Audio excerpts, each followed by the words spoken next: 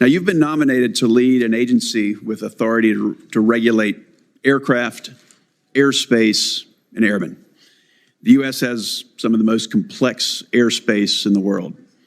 I mean, we've got over 200,000 registered aircraft, more than 1 million pilots in our country, and over 45,000 flights per day handled by ATC.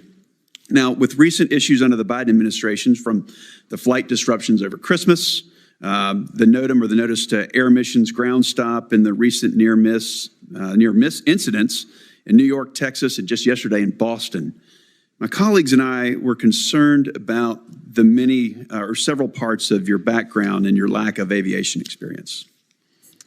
Now, there's many new regulations that the FAA has issued or is in process of developing. Here's one, for instance. The FAA is spending billions of dollars on its next-gen program, as you're aware, to modernize the national airspace system. A key part of this update is moving towards GPS navigation for pilots and ATC. Now, as part of this transition, the FAA recently required airplanes to be equipped with an ADS-B transponder.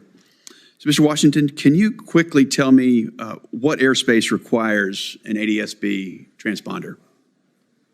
Quickly, please. Thank you for the question, Senator. Not sure I can answer that question right now. That's okay. We'll just keep going. So that's a pretty important part. Mm-hmm. But another question. You've said that your national security background, and again, I appreciate your military experience there, but you say that's prepared you for this role. It's okay. The FAA has classified airspace to meet the needs of airports, air traffic, and also national security. The FAA has also designated special use airspace over DoD bases critical to national security. So what are the 6 types of special use airspace that protect this national security that appear on FAA charts? Quickly, please. Sorry, Senator, I cannot answer that question. Okay, we'll just keep going. So thank you. Sure. Since World War II, the FAA has required pilots to have a valid medical certificate. I've got one. In recent years, the FAA has relaxed these standards through the introduction of the Sport Pilot Certificate and also Basic Med. It's been a great success. More than 70,000 pilots in the last 6 years have used Basic Med to maintain their flying privileges. So what are the limits? It comes with some limitations. So what are the operational limitations of a pilot flying under Basic Med? Well, thank you for the question, Senator. I'm not a pilot, so... But obviously you'd oversee the Federal Aviation Administration. So any idea what those restrictions are under Basic Med, quickly? Well, some of the restrictions, I think, would be high blood pressure. Some of them would be... It's more like how many passengers per airplane, how many pounds in different categories, and what altitude you can fly under. So, and then amount of knots. It's under 250 knots. So it's not having anything to do with blood pressure. So let's keep going here. It's aviation. I've heard you talk about aviation and safety and it being a particular concern of yours.